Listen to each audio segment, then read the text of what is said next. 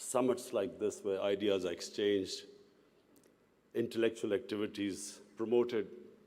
So I want to congratulate you, first of all. And then, before I start my vision of governance in Pakistan, I just want to inform the audience here what was an international sportsman, a cricketer. How did he end up in politics? And then how did he become a prime minister? So I think it'll be interesting for you because then you will understand what I intend to do with Pakistan. You see, I grew up in Pakistan. I'm the first generation of Pakistanis. When Pakistan in the 60s was considered the fastest growing country in Asia. It was actually a model of development for the developing world. I just met Sheikh Mohammed today, and he again reminded me that Emirates Airline was helped by Pakistan Airlines in the 70s. So Pakistan was a country with optimism, hope. We grew rapidly. We had excellent governance system. Our bureaucracy was one of the best in Asia. And that's the Pakistan I grew up in. So then I played international cricket. When I started my international cricket, Pakistan was one of the weakest teams in world cricket. And we were emerging from colonialism. So we took great pride as our team became stronger and it competed. And by the time I left cricket, Pakistan was world champions. So I took pride, like my countrymen, as we competed internationally and we grew in confidence. But unfortunately, our country could not keep up that pace. Countries have, life of a country is in cycles. It's never in a straight line. You go up, you go down, course correction, countries come up, some countries don't go up. So in Pakistan's case, we were going up, and then various things happened when we started our down cycle. So when I left cricket, I started building the first cancer hospital in Pakistan. Reason was because my mother died of cancer. And it's then I realized there was no cancer hospital in the whole country. And then it occurred to me that people like me who were well off, I could afford to take my mother for treatment abroad, but what happened to the common man? Cancer is one of the most expensive treatments. So I started this movement, really. I went into the public to collect money to build this hospital. And so I'm just explaining to you how I got into politics. So one was cricket, watching our country go up as a cricketing nation, the pride that we could compete internationally and become world champions. Second was this cancer hospital. When I went to the public to collect money, I realized that our people are very generous and strong. Poorest of the poor people supported me. And I did what no one ever thought would happen, is that from public, I eventually collected money and built the hospital. And not just that I built it. It's a cancer hospital where 80% of patients get free treatment. Cancer treatment is one of the most expensive treatments. So then first I built it, and then to run the hospital, I again went to the people. And so it is the only private cancer hospital in the world which treats 80% people free, because it's the people who donate to the hospital. They built it, they run it. So I kept thinking, why is it that people are so generous to build a hospital and run it, but why don't they pay taxes? We were a country, and then I discovered we're a country which is amongst the top 5 countries in giving charitable donations. But at the same time, we are right at the bottom in giving taxes. And the reason was that people did not trust the government. They thought that their taxes were wasted by the government. It was spent on the lavish lifestyle of the ruling elite. So why would people pay taxes? And of course, then the levels of corruption, because corruption is basically stealing taxpayers' money. But there was a third reason why I ended up in politics. And that was, I watched, first of all, I used to play professional cricket in England, so half my year was in England and then half in Pakistan. And I saw how a developed country, how the institutions worked, why they went ahead, how the governments were accountable, how there was meritocracy, and above all, how there was human development, the money spent on human beings. So I could compare what was going on in Western countries, and then I could see what was happening in our own country. But then I also saw other countries develop, and one of them was UAE. I used to play cricket in UAE from 1980 onwards, and I saw UAE kept developing. And then afterwards, we saw China develop. So the common thing in all countries that have gone ahead is governance. And governance has two aspects. One is a government has to be accountable. The more accountable a government, the more clean a government, the more successful it is. And secondly, again I repeat, is meritocracy. The better the system of getting the best talent to the top, the better the country. Let me just give you a sporting example. Australia is the most successful cricketing country in cricket history of over 200 years, because Australia has the best system of bringing its talent up. Pakistan, in my opinion, and I'm not prejudiced, I understand cricket better than probably everyone in this hall. Pakistan has the greatest talent. Of all the countries I've played, I've never seen as much talent as in Pakistan. But we do not have a system of bringing that talent up. So what's the point of having great talent if you do not have a system of meritocracy which brings the talent up? And that's in every field. In the 60s, the reason Pakistan went up, because our civil service exam was the toughest. It was the most, all the young people wanted to go into Pakistan civil service. It was the toughest exam. We had the best talent that came up. And in 60s, the reason we progressed, one of the main reasons, was a civil service of very high quality. And gradually, as our system of merit went down, so did the country. So I wanted Pakistan to go up. And as I said, I saw UAE going up. The way each year you came, it changed. It got better and better.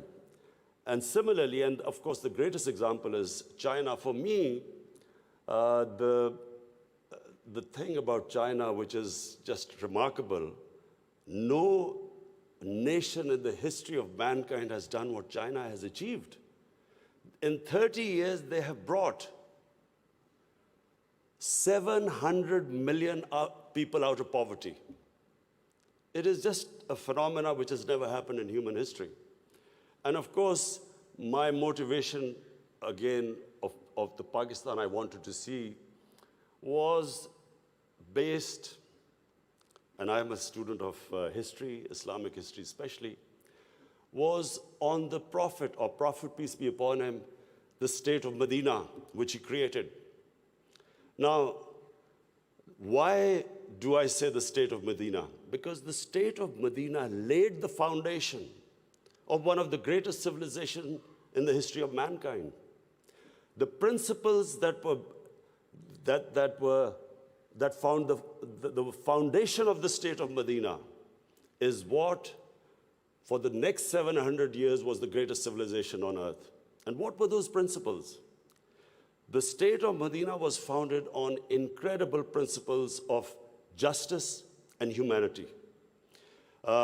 It was the first time a welfare state was made, a state that took responsibility of the weak, what China has done right now. That was the state of Medina, where first time a state took responsible for its poor, its weak, its orphans, its widows. In the state of Medina, the first time pensions were created. Old people were also, it was a humane state. And secondly, there was justice, rule of law. These were the two main things. And the third thing, the Prophet of Islam, peace be upon him, made seeking knowledge a sacred duty. The word was that even if you have to go to China to seek knowledge, you must. Those days going to China meant not coming back.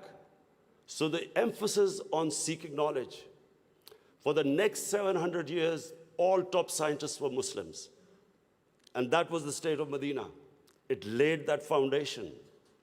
And then the way minorities, other religious people were treated.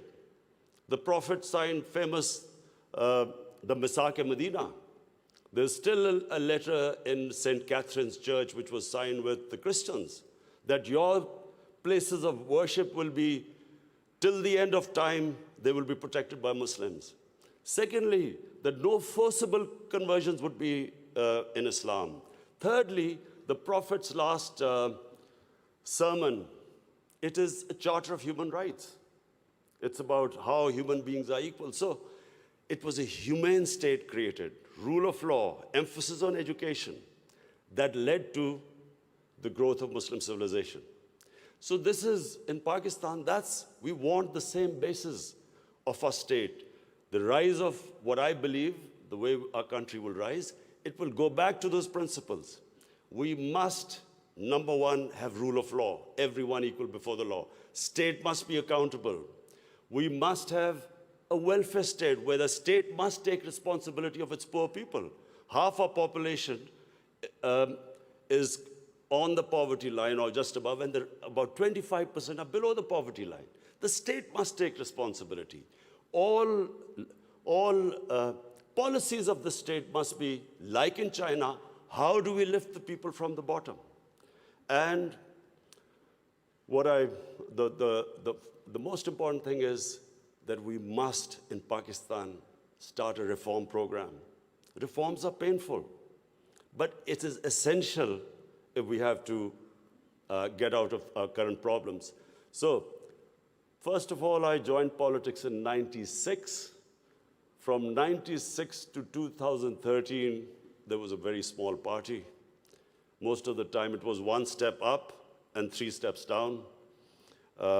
The first election I contested, we were wiped out.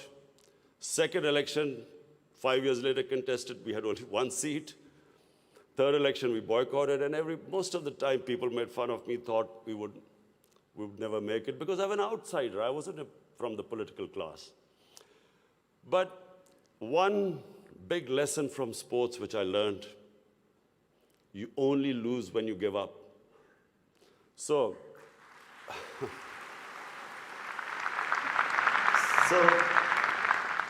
kept learning from my mistakes, kept getting up, falling, getting stronger. Eventually, we formed government in one of the 4 provinces in 2013, and it was the KP province, which was devastated by war on terror. It was on the border of Afghanistan, the tribal areas, the whole fighting took place in that region.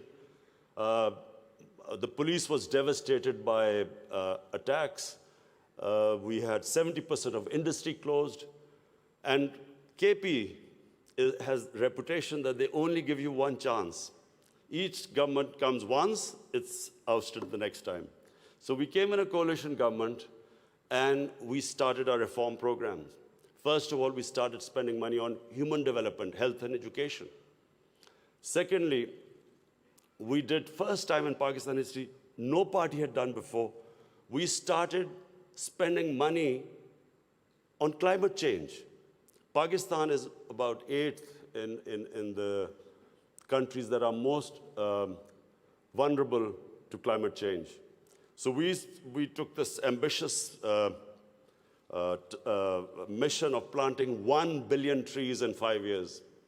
And then we reformed the police, depoliticized our police, depoliticized our bureaucracy, and then started tourism. Because KP has a lot of tourist sites. It has was the center of Buddhist civilization, so religious tourism, but we have the best mountain scenery there. So anyway, by the end of 5 years, we had half poverty in those 5 years. The poverty had gone half. And a province which never gave you a second chance, we came back with 2/3 majority in 2018. Not only did we win there, then we formed government in the last election. We got 17 million votes, which is the highest ever won by a party. And so now we have our reform agenda. And as I repeat, reforms are painful.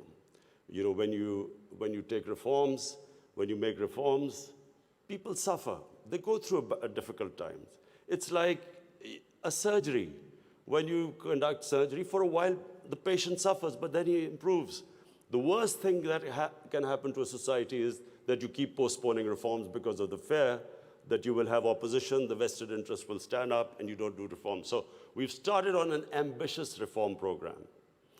That's number one. We are trying to change improve all our economic policies. We have trying to cut down our fiscal deficit. We are trying to improve exports, cut down our imports. We have unfortunately had to raise bills because we came up with, when we got into power, we had massive fiscal deficit and current account deficit. So we are doing that. But in my opinion, Pakistan now has a chance. Already we are seeing optimism. Investors are coming into our country. We feel that this is the time that Pakistan will take off. The most important thing, and while talking to Sheikh Mohammed last time, he told me something very interesting. He said that you must allow businesses to make money. Investors must make profits. And the reason is simple. If people don't come into business for charity, they come into business to make money. So if they can make money, more people come and invest. So this is what we've done. We have started working on ease of doing business, making it easier for people to do business, easier for the investors. We are changing our tax laws, which were very cumbersome. So we are conducting a series of reforms. And already, we're seeing the signs of the country improving. But most important, Pakistan has the best tourist potential. At the moment, we have hardly any tourism compared to other countries. But Malaysia, with just beach tourism and resorts, Malaysia has $22 billion it makes from tourism. Turkey, with beach and historical sites, beach tourism, Turkey has $42 billion from tourism. Now, Pakistan has probably one of the best mountain scenery anywhere in the world. Half the world's highest peaks are in Pakistan. Pakistan has 1,000 kilometers of coastline.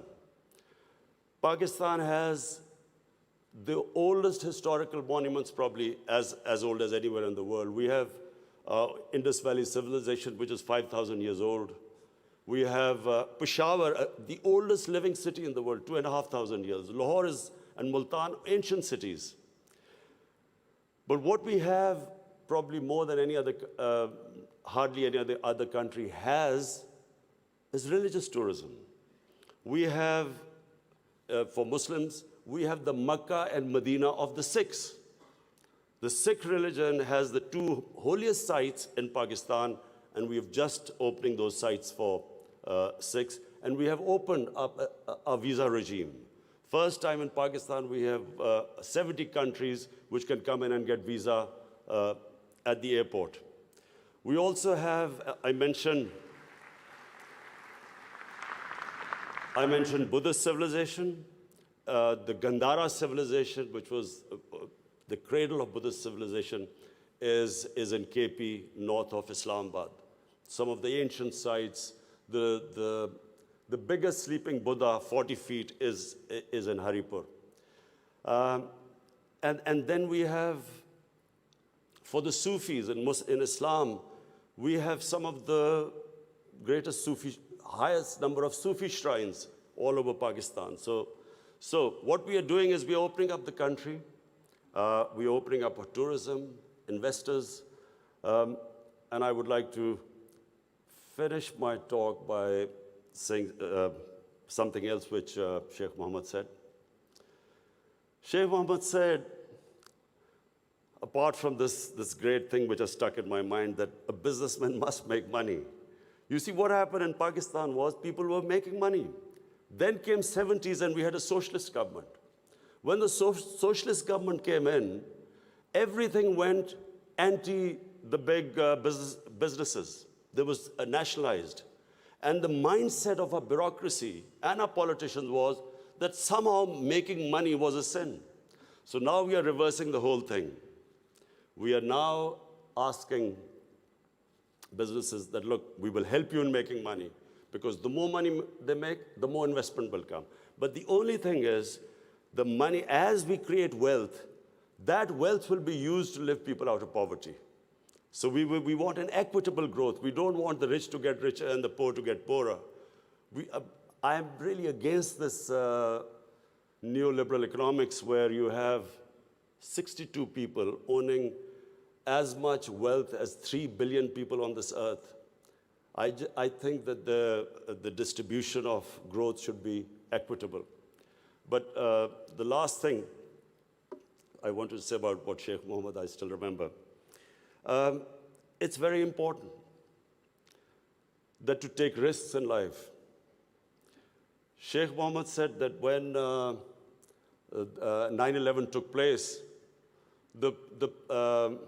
he immediately called up Sheikh Ahmed and Emirates Airline and said, buy aircrafts and engines of aircraft, because everything went down. Prices of planes went down. People were not flying as much. This is the key. In my opinion, this is the difference between very successful people and people who don't take risks. I have played 20 years of international cricket. I saw a lot of players with a lot of talent, but they never made it big because they were scared of losing. They would not take risks. Players with less talent, but that ability to take risks, chances, they also had bad times. But eventually, the ones who took more chances and risks were the ones who made it big. This is the time, my last word is to the investors. This is the time to come to Pakistan when it is just going on the upswing. This is the time to invest in the country. And don't miss the boat.